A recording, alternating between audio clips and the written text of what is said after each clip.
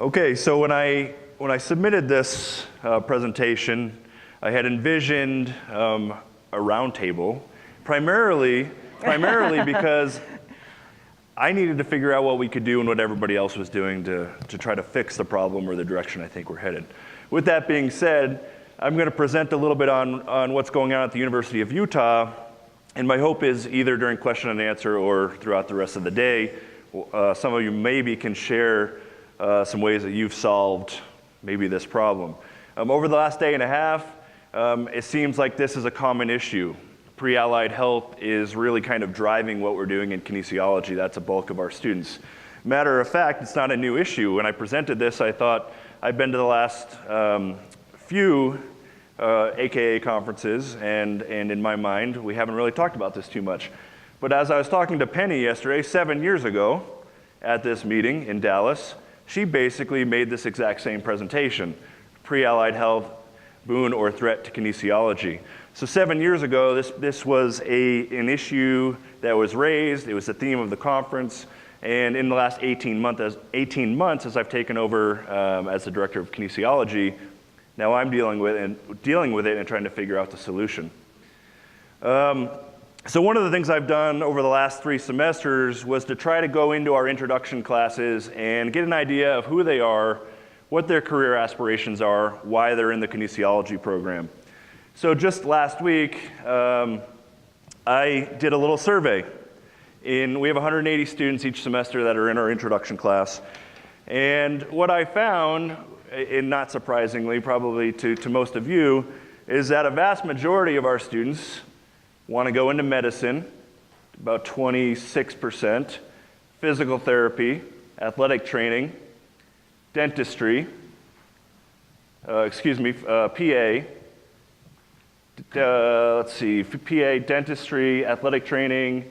Finally, number 7 on the list, we get into something that is kinesiology oriented, and it's about 4% of the students, 4% out of 180 suggest they want to go into the fitness industry. So we get all the way down there. Everybody wants to go into something pre-allied health. I think we had 1 student that wants to be a physical education teacher, 2 students that said they want to do something with sports psychology. But ultimately, out of 180 students, we were less than 10 students that had an aspiration of doing something that we would traditionally call kinesiology. So this has really driven our program over the last few years. The benefits, as I've heard from many of you in the room over the last day and a half, our programs are blowing up. They're huge. Everybody wants to be a kinesiology major. Right now, we're right around 1,200 students. In the last decade and a half, so about 15 years, we've gone from 250 students to 1,200 students. Mind you, we haven't gotten any new faculty lines. Oh no.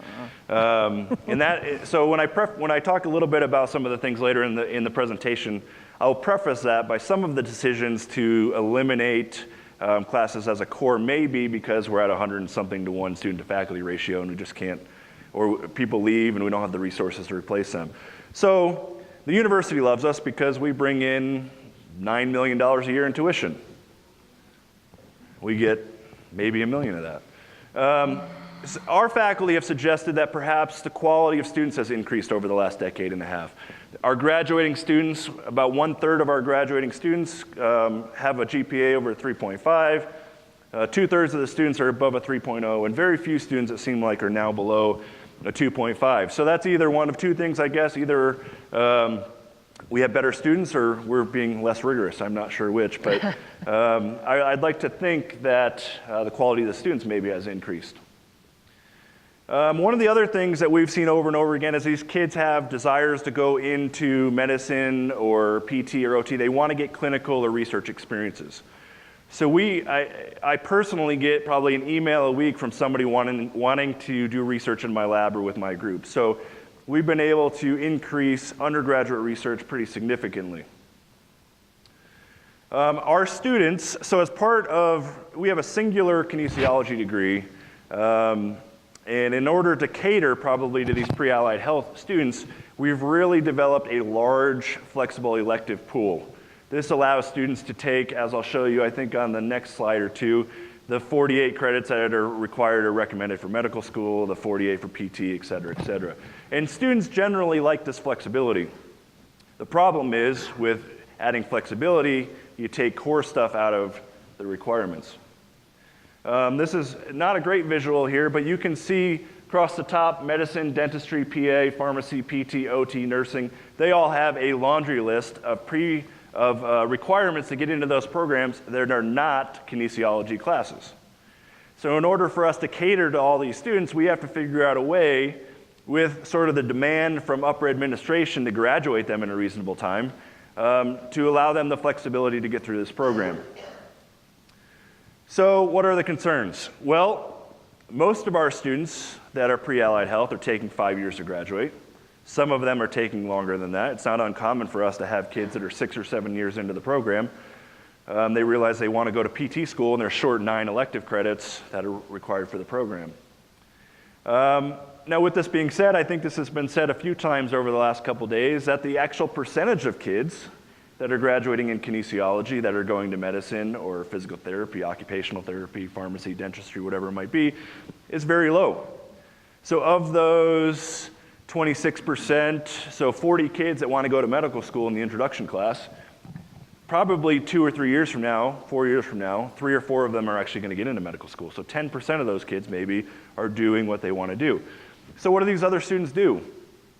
Are we producing college graduates with a degree in kinesiology that don't do anything in kinesiology? Anecdotally, we ask our students, they go into sales, they go into construction. Some of them will be full-time parents, whatever it might be. A lot of our students are not actually going into pre-allied health or even kinesiology. Really, the moral to the story that I get from talking to our students is students are less interested in being a kinesiology major and more interested in kinesiology being a means for them to get into a pre-allied health degree. So kinesiology is somewhat meaningless to a lot of these students. Because of this spike, this 400, 500% increase, many of our core courses and the lack of resources, we're typically offering core 300 and 400 level classes with 120, 130 students in them. And quite honestly, that's concerning because the experience these kids are having in those classes can't be all that great. You're lost. You're just a number in those classes. Because of this growth and because of this demand for pre-allied health and trying to provide the flexibility, we've had to make a lot of adjustments. Hands-on experiences in labs or field experience have been limited. I think somebody mentioned that in the panel last night, that you have to shy away from some of these lab experiences because you don't have the resources, you don't have the ability to provide quality experiences. Supervision is challenging, so if you do clinical or hands-on experiences, it's very hard to do that well.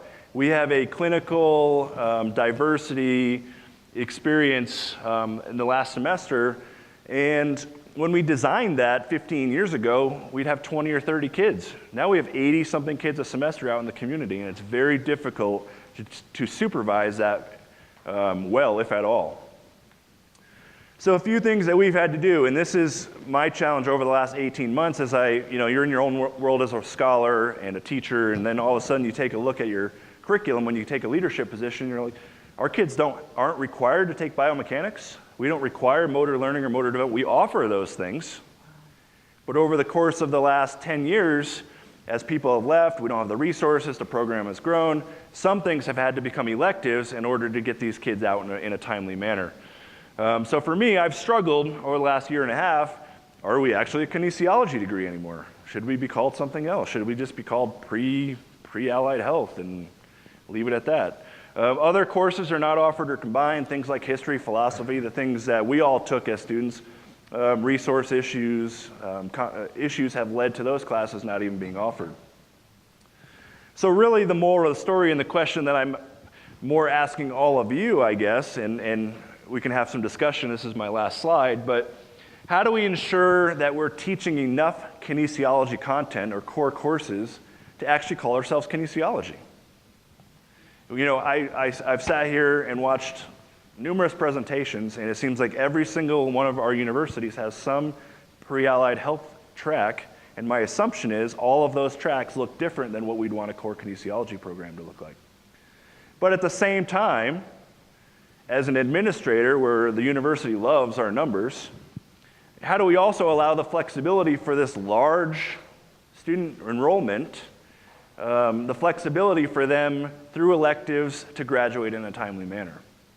So I'm not sure, obviously I'm not presenting a solution today, but I think I'm presenting maybe a bigger question for us moving forward as a field is what should we be? What should we look like? How are we going to move forward? And if we don't address this now, a decade from now, perhaps kinesiology won't be called kinesiology and it won't be a degree. We'll have physical therapists teaching in kinesiology because that's all of our students are coming through those areas. So I think this is a look in the mirror moment for everybody in this room. And we're just a reflection of it, maybe a poor example of what not to do or an example of what not to do. But as a group, I think we need to come together and decide what we need to look like, what we want to do, and how we can move forward as a group to ensure that we're preparing future graduates in kinesiology. So thank you very much.